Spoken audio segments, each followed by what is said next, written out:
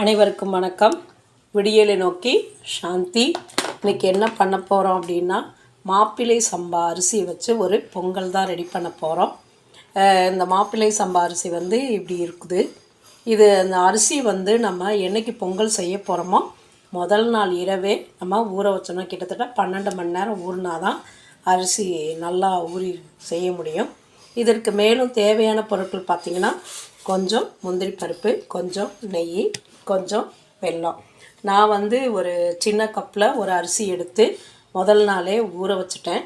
இப்போ பார்த்திங்கன்னா குக்கரில் கிட்டத்தட்ட ஒரு 10 விசில் விட்டுருக்கேன். இப்போ பார்த்திங்கன்னா நல்லா குலைவாக வெந்திருக்கு. இப்போ இதோடு நம்ம என்ன பண்ண போகிறோம் அப்படின்னா, கொஞ்சம் வெல்லத்தை சேர்த்து கிளற போகிறோம். வெல்லம், நாட்டு சர்க்கரை எது வேணாலும் உங்களுக்கு எது பிரியமோ அதை நம்ம சேர்த்துக்கலாம். இப்போ கொஞ்சமாக செஞ்சு பார்த்துட்டு அதுக்கப்புறம் நம்ம நிறையா செய்கிறதுக்கு ட்ரை பண்ணலாம். ஏன்னா இது பழங்கால அரிசி வகைகளில் ஒன்று. நம்ம சாதாரணமாக பச்சரிசியில் பொங்கல் வைப்போம், சாப்பிடுவோம். இது சத்து மிக்க இருக்கிறதுனால பிள்ளைங்களும் பொங்கலாக செய்யும் பொழுது விரும்பி சாப்பிடுவாங்க.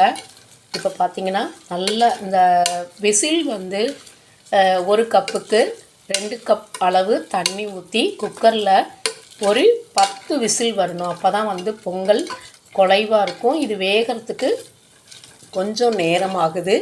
அதனால் நம்ம ஒரு 10 விசில் அப்படின்னு பார்த்திங்கன்னா நல்லா குலைவாக இருக்குது.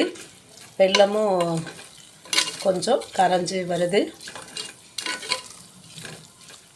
பார்த்திங்கன்னா நல்லா இருக்குது பாருங்கள் பொங்கல். இந்த மாதிரி பொங்கல் சாதம் அரிசி சாதத்தை கொடுத்தா பிள்ளைங்க விரும்பி சாப்பிட மாட்டாங்க. இந்த மாதிரி நம்ம ஒரு பொங்கலாக ரெடி பண்ணி கொடுக்கும் போது அவங்களுக்கு சத்துள்ளதாகவும் இருக்கும், மேலும் இந்த பொங்கல் டேஸ்ட்டாகவும் இருக்கும். இப்போ இதோட கொஞ்சம் நெய் சேர்த்து கிளறுவோம். நெய் சிறிதளவு,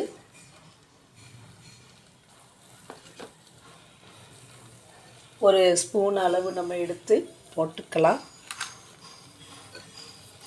ஒரு ஸ்பூன் அளவு எடுத்து சேர்த்துக்கிறோம். அதுக்கு பிறகு முந்திரி பருப்பை கொஞ்சம் நம்ம பொரித்து இதில் போட்டுக்கலாம். இப்போ பார்த்திங்கன்னா வெல்லம்லாம் நல்லா கரைஞ்சி வந்துருச்சு.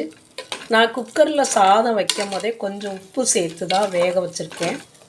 ஏன்னா எந்த வகை இனிப்பாக இருந்தாலுமே கொஞ்சம் உப்பு போட்டு வேக வச்சா தான் அதோட இனிப்பு டேஸ்ட்டு நல்லாயிருக்கும்.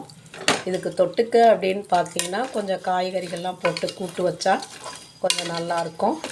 இப்போ ஒரு கப்பு அரிசி எடுத்ததுக்கு சாதம் பொங்கல் ரெடி ஆயிடுச்சு. பார்த்திங்கன்னா எவ்வளோ டேஸ்ட்டாக இருக்குன்றதை நீங்கள் சொல்லணும். இப்போ இதோட பொரித்து வச்சுருக்க முந்திரி பருப்பை இதோட சேர்த்துக்கிறேன். சேர்த்துட்டு இன்னும் கொஞ்சம் நெய் விட்டு கலக்க போகிறேன். இப்போ பொங்கல் தயாராகிடுச்சு. இதை வேறொரு பாத்திரத்தில் எடுத்து வச்சிடலாம்.